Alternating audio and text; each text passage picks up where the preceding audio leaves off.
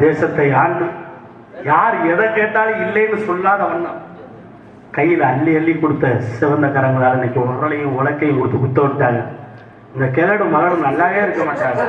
அதனால காலகண்டர் தாத்தாவுக்கு கருமாதிக்கு நெல்லை கொடுத்த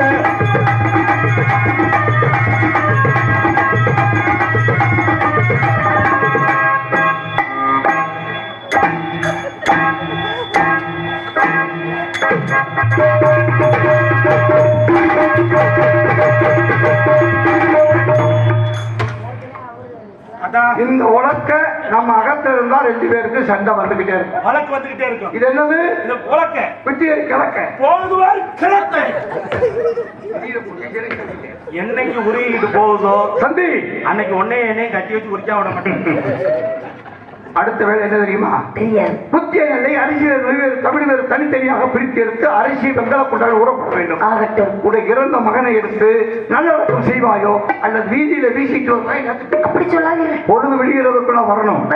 அப்படி வரல 100 ரூபாய் சொன்னது கொள்ளலாம். செல்லும் பொழுது நாடகம் தோறும் திருவிழா கேட்டு விட்டு போயிட்டு சீக்கிரமா அம்மா நீங்க எப்படி நல்லடக்கம் செய்யறதுக்கு புரியலமா? ஆமா. பக்கத்துல எப்படி நல்லடக்கம் செய்யும்போது 2 குழி வெட்டுவீங்கல்ல? ஆமா. பக்கத்துல ஒரு குழி வெட்டும் போது பக்கத்துல 2 குழி சேர்த்து வெட்டுங்க. எதுக்குப்பா? அந்த கிளடி இந்த மலடி தூக்கி போட்டு அமுக்கணும்ல. என்ன பாவம் செய்தேனோ இந்த நிலையில் நின்று கொண்டிருக்கிறேன். நாளெல்லாம் உங்கள் திருநாளே வரும் நாளெல்லாம் உங்கள் திருநாளே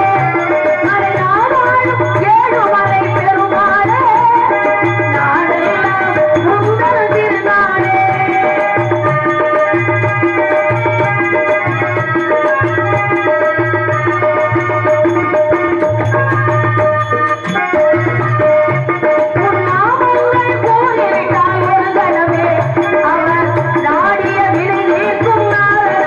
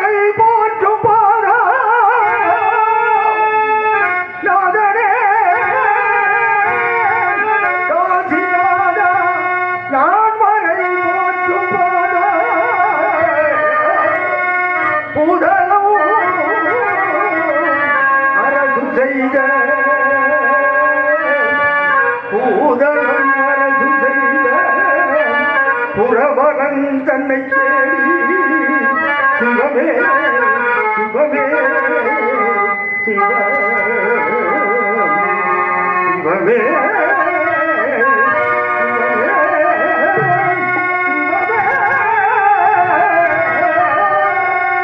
சிவமே சிவமே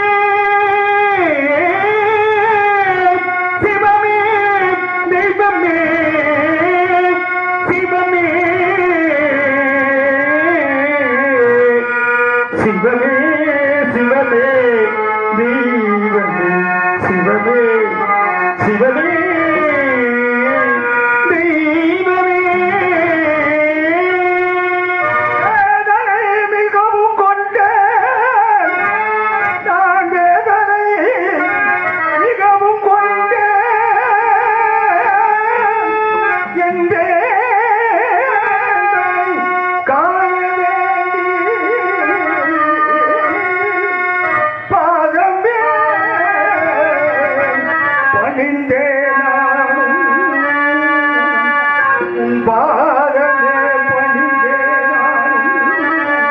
பரமனே கருணை செய்வாய் சிவமே சிவமே சிவமே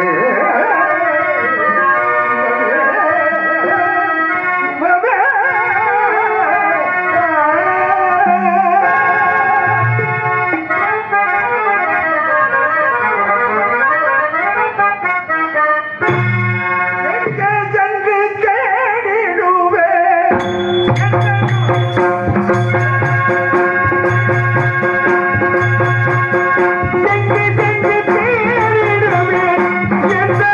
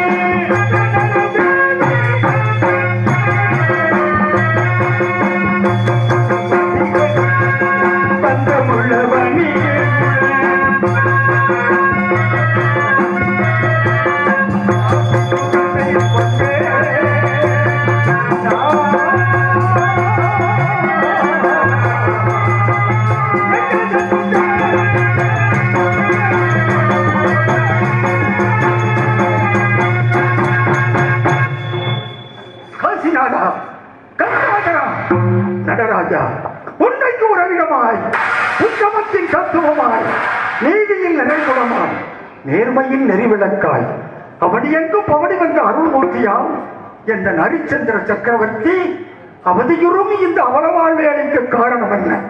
ஆதி எந்தமில்ல அருப்பொருளே, பாதி நிலா சூடிய பரம்பொருளே, ஜோதி வடிவான சுடரொளியே, கண்ணிநிதி தலை மீதும் கருணாகம் தடை முடித்து திங்களையும் அணிந்து தேவி உமையவளுடன் வெள்ளி படிமலை மீது வீட்டிருக்கும் உமா மகேஸ்வரா, நீ மட்டும் உனக்கு நல்ல வாழ்வு இல்லை என்று நினைத்து உன்னுடைய தேவியை உன் உடலின் இடப்பாகத்திலே அமர்த்திக் கொண்டாய். அப்படிப்பட்ட நீ எனது மன்னர் தன் இல்லாலை பிரிந்து பொன்னாங்கு உனது மனவென்ன கண்ணா, உனது இதயம் என்ன இருப்பா, உனக்கு இரக்கமே கிடையாதா? ஆம், நீ கல், பேச மாட்டாய். ஈவு இரக்கப்பட்டவன், இருப்பு நெஞ்சமுள்ளவன். அதனால் தான் அன்னொருவன் உன்னை கல்லால் அடித்தான், வேறொருவன் சொல்லால் அடித்தான், இன்னொருவன் வில்லால் அடித்தான். அப்படி உன்னை கல்லால், வில்லால், சொல்லால் அடித்தவர்களுக்கெல்லாம் காட்சி தந்த நீ எங்கள் மட்டிலும் உன் மனக்கதவு திறவாமல் இருப்பது ஏன்? திறவாதா உன் மனக்கதவு?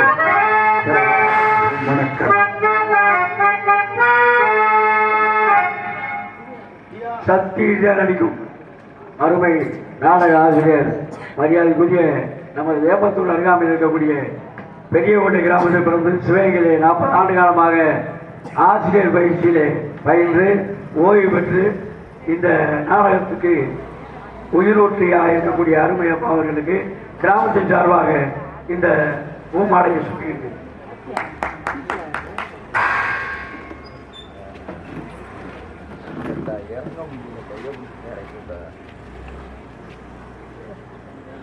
அருமை பெரியோர்களே, தாய்மார்களே, கிராம பெரியோர்களே, சுற்றுவட்டார பெரியோர்களே, உங்கள் அத்தனை பேருக்கும் முதற்கண் என் நன்றியை உரித்தாக்கிக் கொள்ளுகின்றேன். எனக்கு மாலை சூட்டி என்னை கௌரவித்த இந்த கிராமத்தார்கள் அனைவருக்கும் எனது உளம் கனிந்த நன்றியையும் வணக்கத்தையும் தெரிவித்துக் கொள்கின்றேன். நன்றி, வணக்கம். உன்னை கல்லால் அடித்தவர்களுக்கெல்லாம் காட்சி தந்த நீ எங்கள் மட்டிலும் உன் மனக்கதவு திறவாமல் இருக்கிறது. உன் மனக்கதவு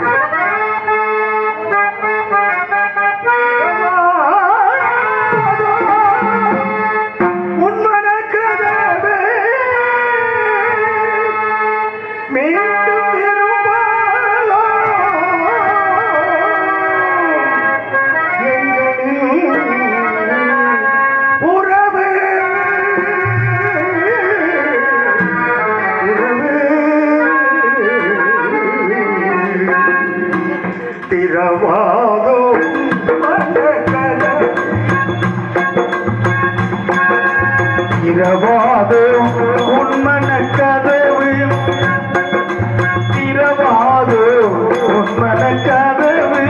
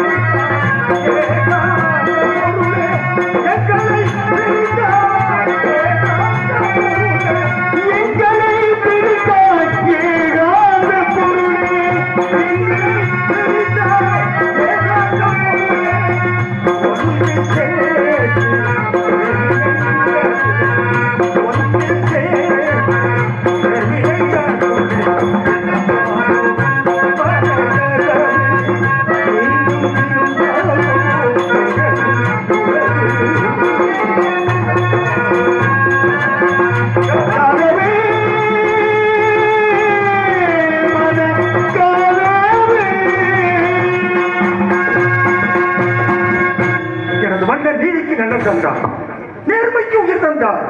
உண்மைக்கு உறவிடமாக உலகாண்ட மன்னனிடம் ஒரு ஓமான சொல்லை வைத்து மண்ணை பறித்தார் மாமுனிவர். இல்லாத கடனுக்கும் இலக்காக்கினார். காசி வந்தோம், கடன் தீர்க்க வழி இல்லை. காசியில் தன் மனைவி மைந்தனை விட்டு கடனை தீர்த்தார். தரகுக்காக தானும் ஒருவருக்கு விளையாகி புறப்பட்டார். உயிருக்கு உடல் போல், உடலுக்கு நிழல் போல் உடனிருந்த நானும் அவரை பின்தொடர்ந்தேன். சத்தியஜித்தே, இதுவரை நான் சுதந்திர மனிதனாக இருந்தேன், நீயும் என் உடன் இருந்தாய். இன்று முதல் நான் மற்றொருவருக்கு விளையாகிவிட்ட காரணத்தினால் நீ வருவது கூடாதப்பா. போ போ போய் அந்த கடும் சொல்லை கேட்டு மனம் தாழாத நான் மூச்சித்து வீழ்ந்தேன். மூச்சை தெளிந்து எடுத்து பார்த்தேன், எனது மன்னரை காணவில்லை. சிவமே, நீ செய்தது சரிதானா முறைதானா? சரிதானா முறைதானா? சிவமே, உனக்கு இது சரிதானா? செம்மலை பிரித்தது முறைதானா? இளவே என்னிடம் நெருங்காதே, நான் இல்லை. சிவமே, உனக்கு சரிதானா? செம்மலை பிரித்தது முறைதானா?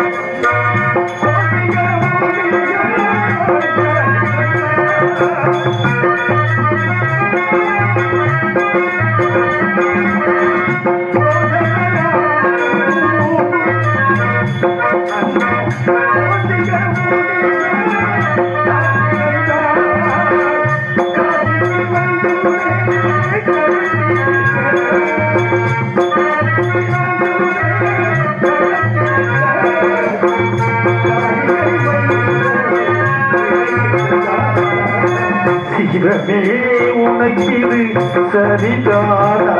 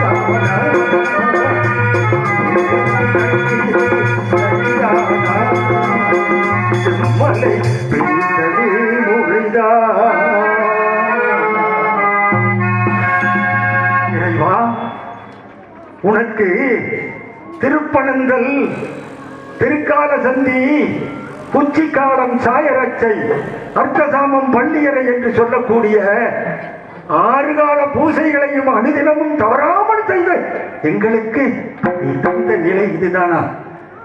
அழுகின்ற நிலைதானா? இறைவா, நாங்கள் அழுது கொண்டுதான் இருக்க வேண்டுமா? அழுகின்ற நிலை தந்த இறைவா,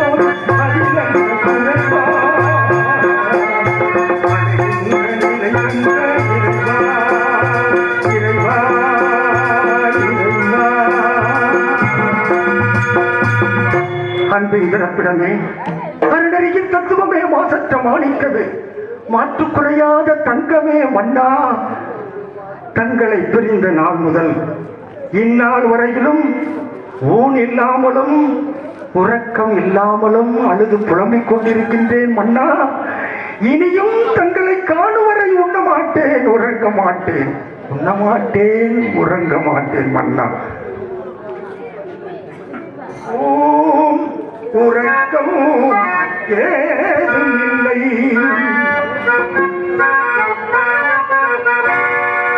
ஓன் உறக்கம் ஏதும் இல்லை,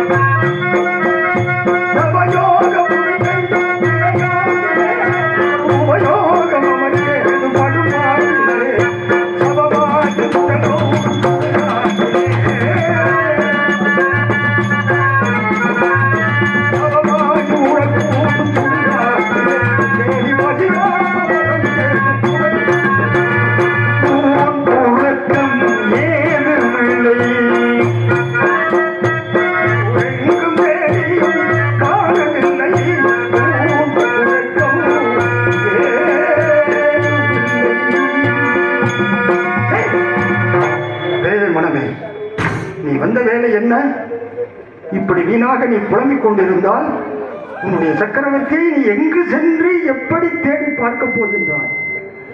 காசி என்பது எங்கும் தேடினேன், காண முடியவில்லை.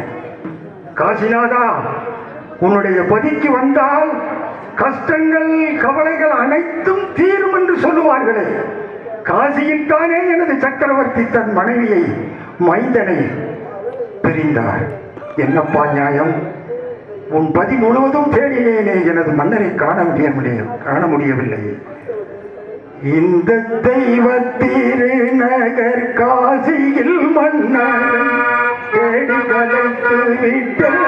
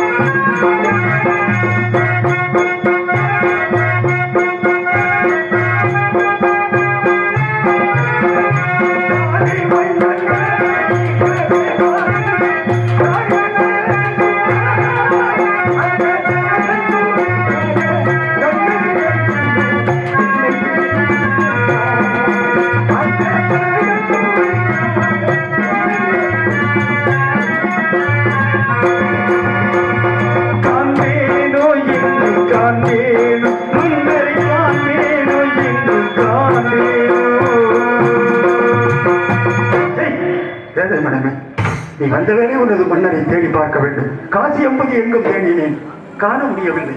காசியின் புறத்தே உள்ள சேரியில் சென்று விசாரித்தேன். அவர்கள் சொன்னார்கள், என்ன சொன்னார்கள் தெரியுமா?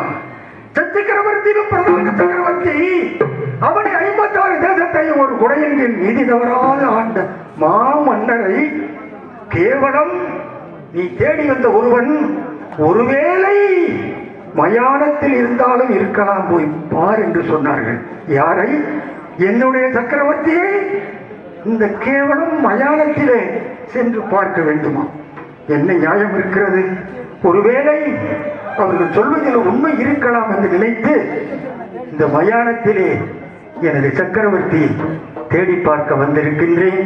எங்களுடைய நாடு நகரங்கள் அனைத்தும் இழந்து என்னுடைய சக்கரவர்த்தியை இந்த மயானத்திலே தேடி பார்க்க வந்திருக்கின்றேன். கோசிக முனியின் சதியினால்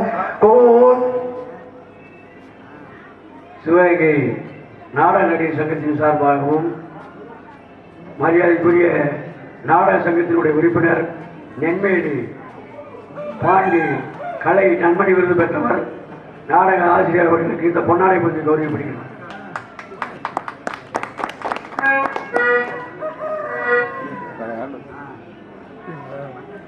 சிவகங்கை நாடக நடிகர் சங்கத்தினுடைய மெம்பர் பொருளாளருமான பிரகாஷ் அவர்கள் நாடக ஆசிரியர் அவர்களுக்கு 101 ரூபாய் அன்பளிப்பார்கள். எனக்கு பொன்னாடை போட்டி என்னை கௌரவித்த கலை நன்மணி அருமை நண்பர் பாண்டியும் நானும் தாயமங்கலத்திலே வள்ளி திருமண நாடகத்திலே 2 நாரதர்களாக நடித்தோம், பெயர் பெற்றோம். அப்பேற்பட்ட பாண்டி அவர்கள், கலை நன்மணி அவர்கள் எனக்கு பொன்னாடை போர்த்தி என்னை கௌரவித்திருக்கின்றார்கள்.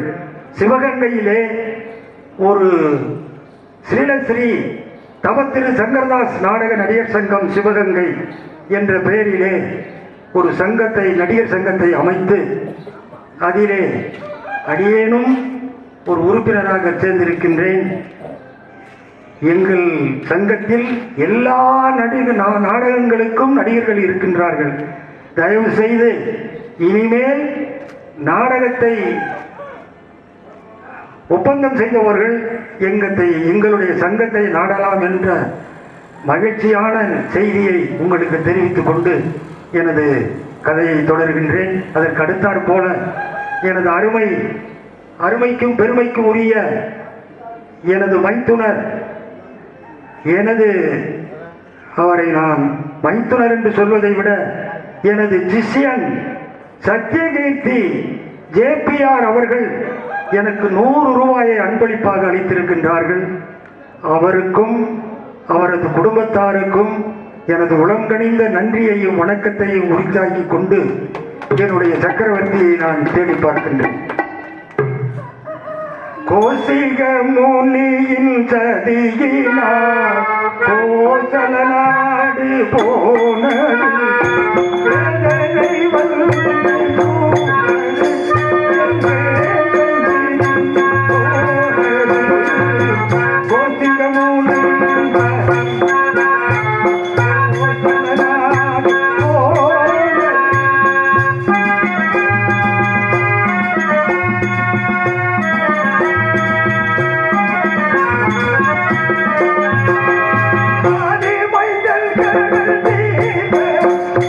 காதி மதன் கையில்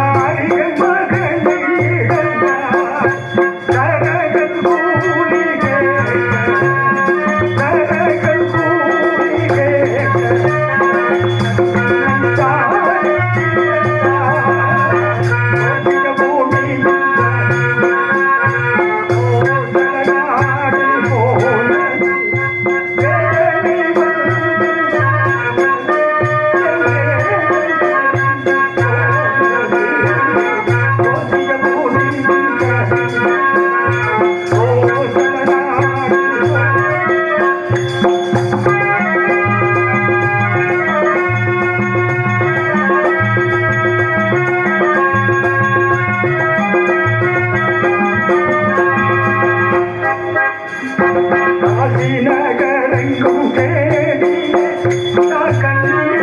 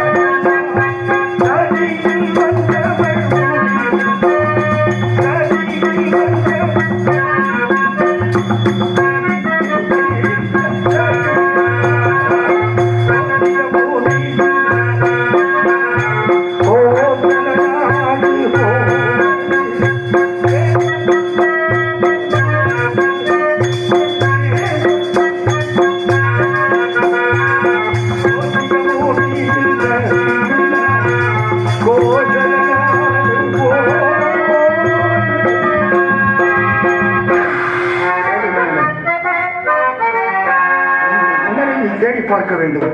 இது ஒரு பெரிய மயானமாக இருக்கின்றது. இந்த மயானத்திலே உன்னுடைய சக்கரவர்த்தியை தேடி பார்ப்பதை விடுத்து என்னென்னமோ புலம்பிக் கொண்டிருக்கின்றாயே. ஆம், தேடி பார்க்கின்றேன் எனக்கு சக்கரவர்த்தி.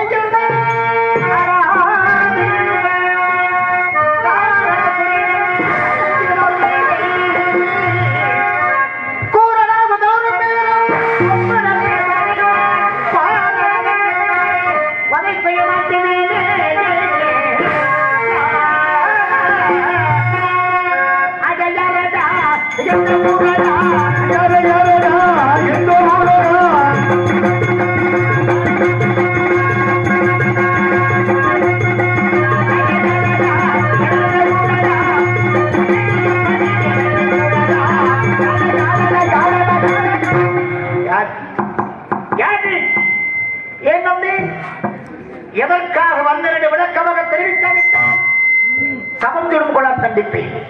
விளக்கமாக தெரிவிக்க வேண்டும், விரைவாக தெரிவிக்க வேண்டும், விளக்கமாக தெரிவிக்க வேண்டும்.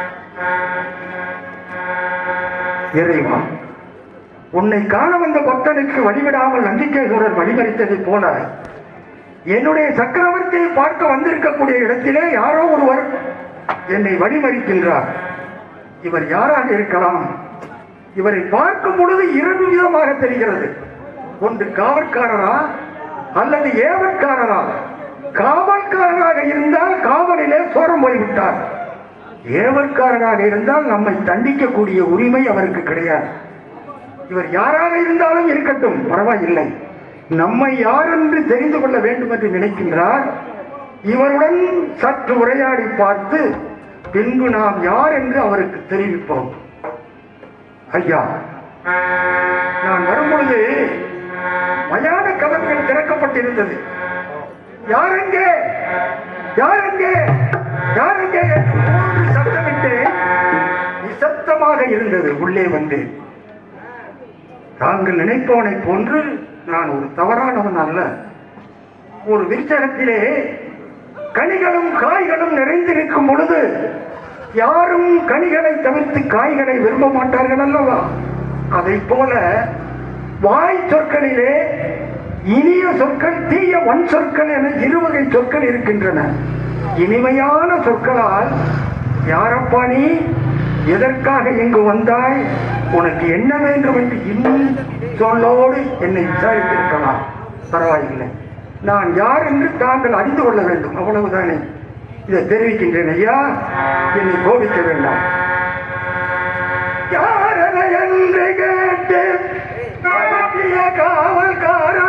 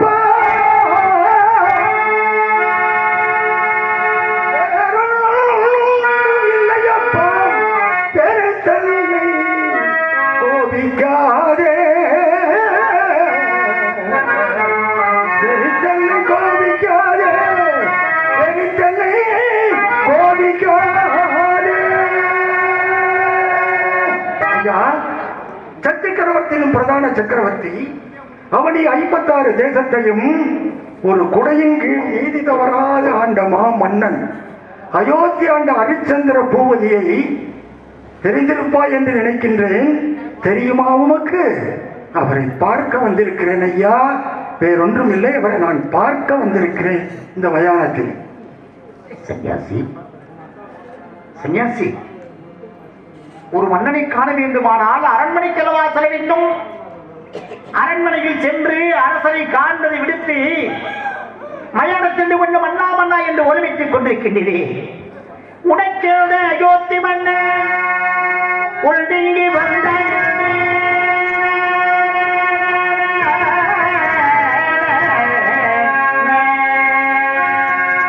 உனக்கந்த அயோத்தி மன்னன் உன்னிங்கு வந்தானே,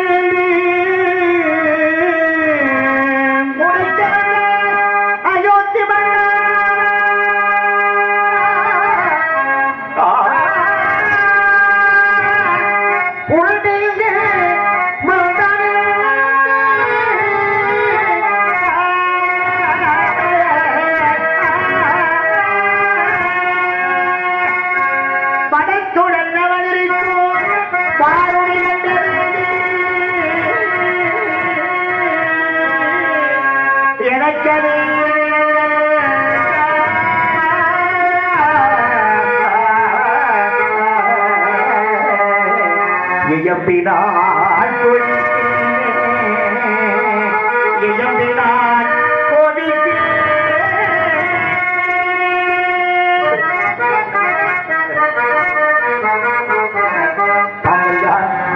அயோத்தி மன்னன் யார்?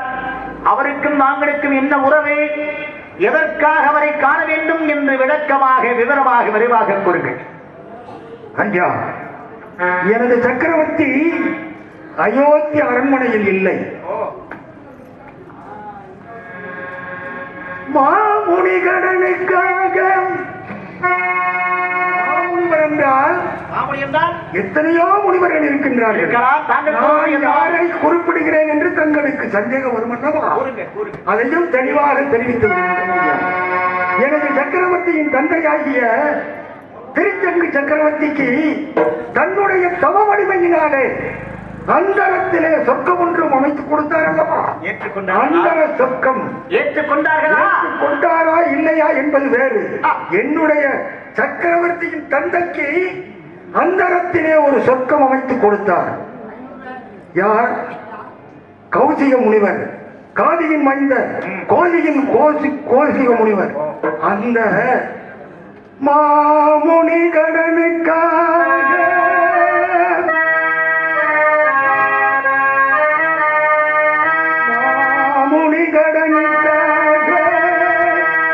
என் மன்ன காமினி மாலை விட்டு கடன் தீர்க்க தரகன் கூறி சாமியே என்று கேட்க இந்த கண்டா சத்திய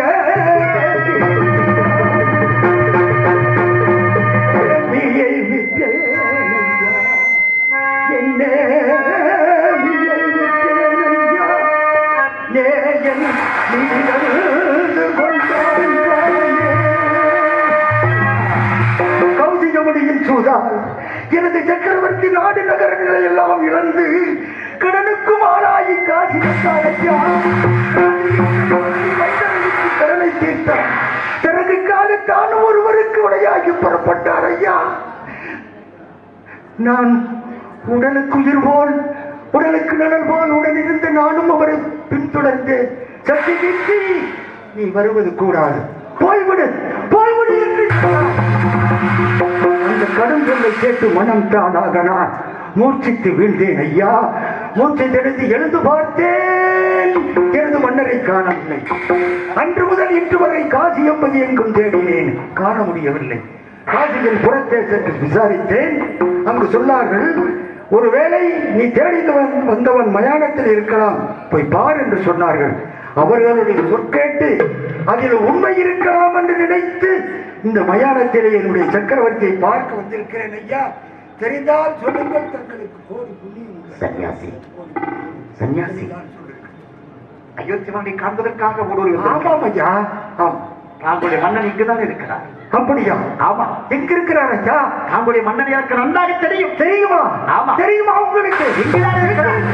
அவரை காண வேண்டுமானால் நன்றாக மயானமெங்கும் சுற்றி பார்த்தால் தாங்களுடைய மன்னனை நிச்சயமாக காணலாம். அப்படியா? கண்டிப்பாக. இந்த மயானத்திலே நான் சுற்றி பார்த்தால்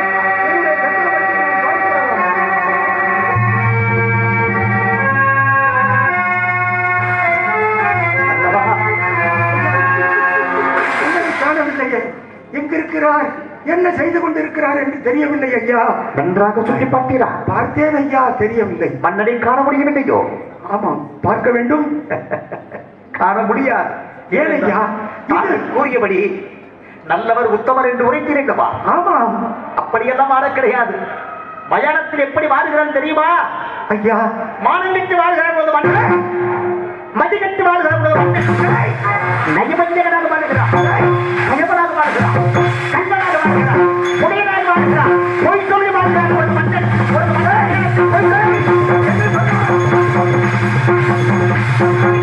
எனக்கு மன்னன் அன்பின் பிறப்பிடம், அரவிந்தின் தத்துவம், மாதற்றம், மாணிக்கம், மாற்றுக்குறையா தங்கமடா எனது மன்னன். இல்லை என்று கையாண்டி வந்த ஏழைகளுக்கெல்லாம் அள்ளி அள்ளி கொடுத்த மக்களின் பொழுதிற்கு வழங்கலையும் எதிர்த்து வராது வாழ அவருக்கு அவதூறு தெரிவித்த உன்னை உன் அங்கத்தை தெரிவித்த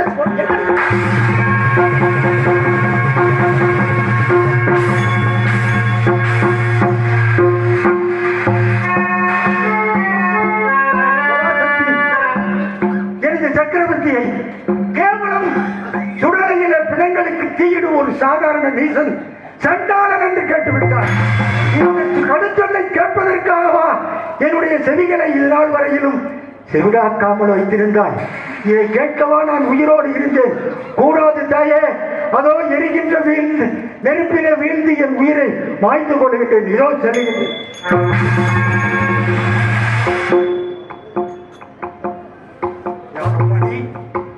என்னை தடுப்பதற்கு நீ யார்? உன்னை பார்க்கும் பொழுது எப்படியெல்லாம் தெரிகிறாய் தெரியுமா? நெற்றிகளை தலகமிட்டு நேர்கொண்ட பகைவென்று வெற்றி வாழ சூடுகின்ற பற்றவன் பால் உருகிருந்தும் கட்டியிருக்கின்ற பாலும் குடலையிலே சுற்றி வருகின்ற சுடுகாட்டுக்கு அவனாக இருக்கின்றார். சுட்டு விரல் அதவிற்கு எட்டு திக்கு படிய வைக்கும் பட்டத்தரசன்பால் முகமாகவும் கொண்டிருந்தும் கட்டை பரண வைத்து கையிலே கழிவு மாறாது இருக்கின்றன. சந்தனமும் செவ்வாதும் சரீரத்தில் பூசியதால் சுந்தரமாய் மின்னுகின்ற சுடர்மேடி கொண்டிருந்தும் கந்தை உடை உடுத்தி கையிலே களிபிடித்து பெண் தடலை கெட்டுகின்ற வேலையாளாக இருக்கின்றாயே. அப்படிப்பட்ட நீ என்னை தடுப்பதற்கு யாரப்பா? யாரப்பா நீ? தாங்களுக்கு தெரியவில்லையா? தெரியவில்லை ஐயா. இணைத்து கொண்டவனில் ஒரே ஒருவரை விட்டு பாருப்பா. நான் அப்பனே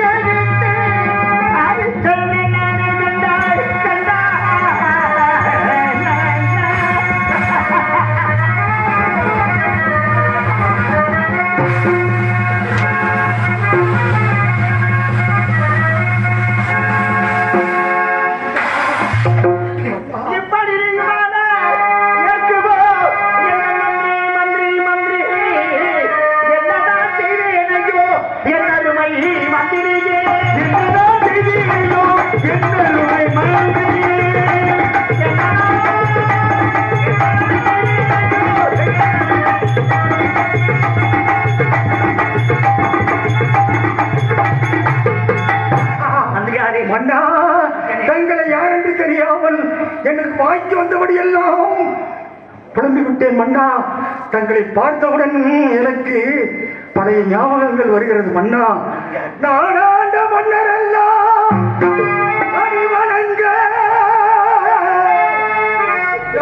சிம்மாசனத்தில் அன்று கண்டே கூடாத கவிதைகளின் கொடுமையா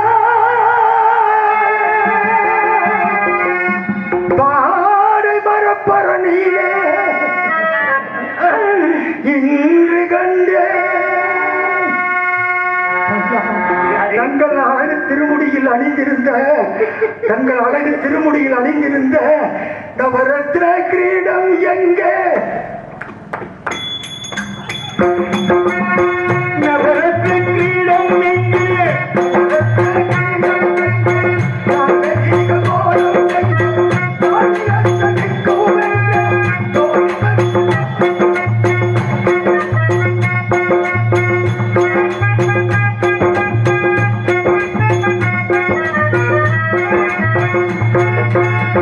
இல்லை என்று கேட்டவர்களுக்கெல்லாம் அள்ளி அள்ளி கொடுத்த தங்கள் அழகு திருக்கரத்தில் பிடித்திருந்த கையில் செங்கோலும் எங்கே? கையில் செங்கோலும் எங்கே? கையில் செங்கோலும் எங்கே?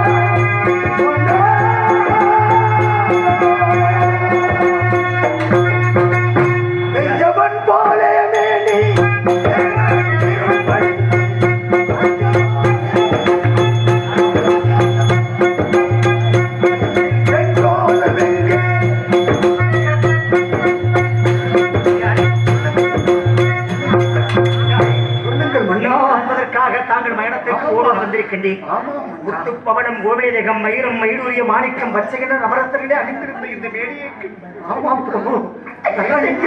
இந்த கிழங்கனான ஆண்டவன் சூழலை பிடிக்க வைத்து விட்டாரே என்று கிளம்புகின்றனர். சிவமே சிவமே இந்த அறிவும் சிவநாமத்தை உச்சரித்த நமக்காக அந்த சிவனே வாழ்கின்ற வரும் ஆணும் பெண்ணும் முன்பாதரோடு விரும்பி செல்லும் கண்ணே பொன்னை என்பார்களா, கட்டி கரும்பு என்பார்களா, அவற்றை பாதம் என்று சொன்னால் எட்டாத தூரத்திலிருந்து எட்டி பார்க்கின்ற உலகம் இது. வெற்றியிலே மனம் இருந்தால் பூமிகளில் இடம் இருந்தால், வெற்றியிலே மனம் இருந்தால் பூமியிலே இடம் இருந்தால், வெற்றியிலே மனிதருக்கும்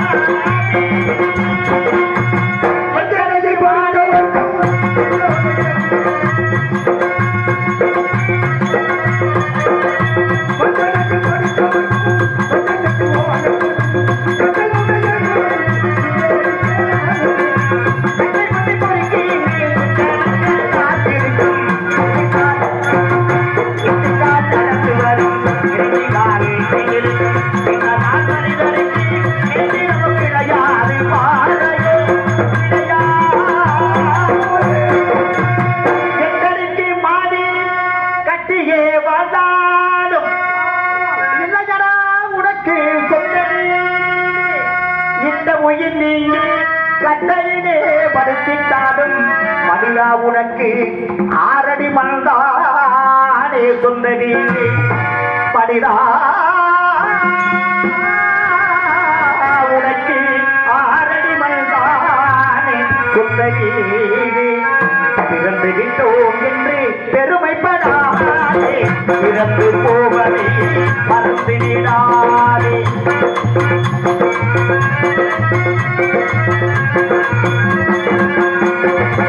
பிறந்து விட்டோம் என்று பெருமைப்படாதே பிறந்து போவதை மறந்துவிடாதே பிறப்பவர் கோடி பிறப்பவர் கோடி பிறப்பவர் இறப்பவர் எண்ணற்ற கோடி பிறந்து விட்டோம் என்று பெருமைப்படாதே பிறந்து போவதை மறந்துவிடாதே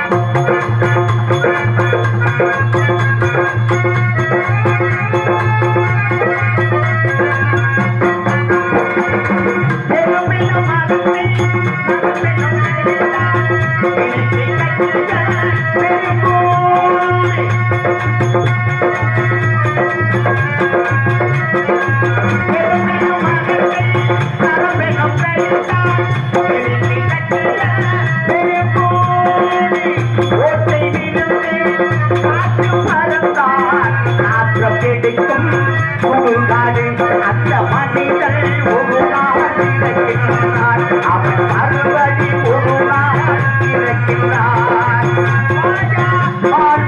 படிக்கின்றான் இவன் மரணத்தை மறந்தே துடிக்கின்றான் அந்த மனிதன் ஒரு நாள் இறக்கிறான் அவன் மறுபடி ஒரு நாள் இறக்கிறான் அரசே, இதை காண்பதற்காக ஓடுவதில்லை. கண்டுவிட்டேன். ஆனால் இந்த மரணத்தில் நான் எப்படி வாழ்கிறேன் தெரியுமா? எப்படி வாழ்கிறீர்கள்? விடத்தின் மேல் விழுகின்ற வாய்க்கரிசி நான் என்ன என்ன வாய்க்குருசி அறுசுவையை பகையுடனே உண்ட தங்களுக்கு உணவு வாய்க்கரிசியா? முடியாது. இதை காண்பதற்காக ஓடோடி மரணத்திற்கு வந்திருக்கின்றேன். தாங்கள் இந்த மரணத்தில் வாழ வேண்டுமானால் இவையெல்லாம் உண்டால் தாங்களுக்கு தோஷம் பண்ணவா? இல்லை மன்னா, அதற்கு ஒரு மார்க்கம் இருக்கிறது மன்னா. அப்படியா? அந்த வாய்க்கரிசியை நான் உண்டால்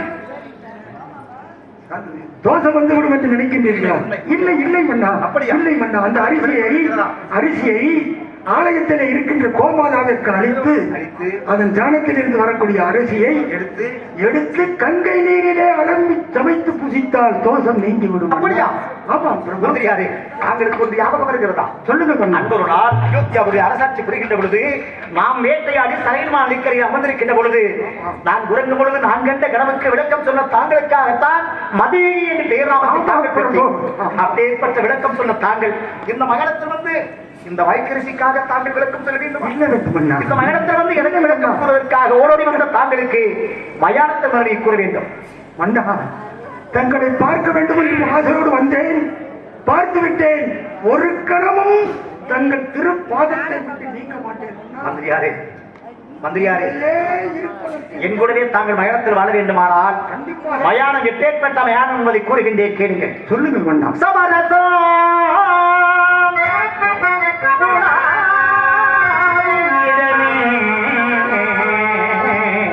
நம் வாழ்வில் காணா காணா காணா சமரசம் உலாவோ இடமே வாழ்வில் காணா சமரசம் உலாவோ இடமே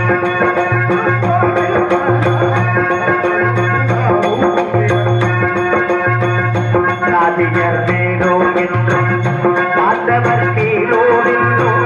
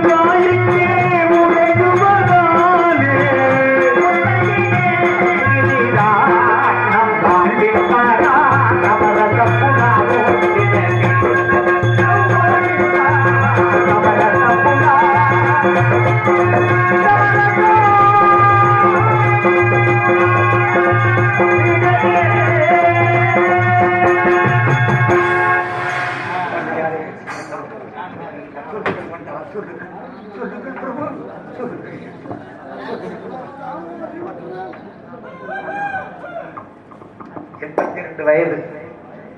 இந்த நேரத்துல வேஷம் போட்டு வெளியில கூட வர முடியாத ஒரு வயசு. இந்த வயசுல என்ன செய்யறாங்க அப்படிங்கிறத நமக்கு இந்த பாடம் இப்ப யாருக்கிட்டையுமே இல்லை. நீங்க என்ன செய்யறாங்க இருக்க சின்ன பிள்ளைங்க இந்த பாடத்தை கொடுங்க. உங்களுடைய கலை உங்களோடு அழிந்து போகக்கூடாது. அப்பேற்பட்ட மாபெரும் கலையை கற்று இந்த மேடையிலே பவனி வந்த அருமை ஆசிரியர் பெருந்தகை. ஏன்னா இவங்களை பத்தி நான் சொல்லணுங்கிற அவசியம் கிடையாது. என்னமோ கொல்லந்தரப்புல போய் ஊசி வைக்க கூடாதுன்னு பரமொழி சொல்லுவாங்க. உங்க இடத்துல உங்களுடைய பெருமையை சொல்லணுங்கிற அவசியம் கிடையாது. இருந்தாலும் இந்த மேடை அலங்கரிக்க வந்திருந்த அன்பு உள்ளங்கள் அனைவரும் நீங்க இன்னும் நிறைய காலம் பல்லாண்டு இனத்தாண்டு. ஏன்னா வாழ்த்துவதற்கு வயதில்லை என்று சொல்வார்கள். வாழ்த்துவதற்கு வயதில்லைன்னா குறைஞ்ச வயதாகவே பெரிய வயது உள்ள வாழ்த்தக்கூடாது அப்படிங்கிறது அர்த்தம் கிடையாது.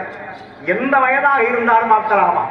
வாழ்த்துவதற்கு வயதே இல்லை. எந்த வயதாக உள்ளதும் வரலாம். அப்படி நோயற்ற வாழ்வு குறைவற்ற செல்வத்தோடு நீங்கள் வாழ வேண்டும் என்று அந்த ஆண்டவனை வேண்டிக் கொண்டு நம்மளை எல்லாம் அழைத்து வந்த கிராமத்தார்களுக்கும் விழா குழுவினருக்கும் கிராமத்தார்களுக்கும் இந்த நிகழ்ச்சிக்கு அருமையான முறையிலே ஒளிபெருக்கும் இருக்கக்கூடிய அன்பு உள்ளங்களுக்கும் இந்த நிகழ்ச்சியை ஒளிபெருக்கிக் கொண்டிருக்கூடிய அருமை சகோதரர் இருவருக்கும் எங்களது கலைக்குழுவின் சார்பாக நன்றி கடந்த வணக்கத்தினை தெரிவித்துக் கொண்டு எஜமான் வருகிறார் போல் தெரிகிறது. உள்ளாதவர்கள் எஜமான் தாங்களை பார்த்தால் தண்டிப்பார், என்னை கண்டிப்பார். இதற்கு தாங்கள் ஆளாக கூடாதல்லவா? பயணத்தை சுற்றி பார்ப்போமா? பாருங்கள்.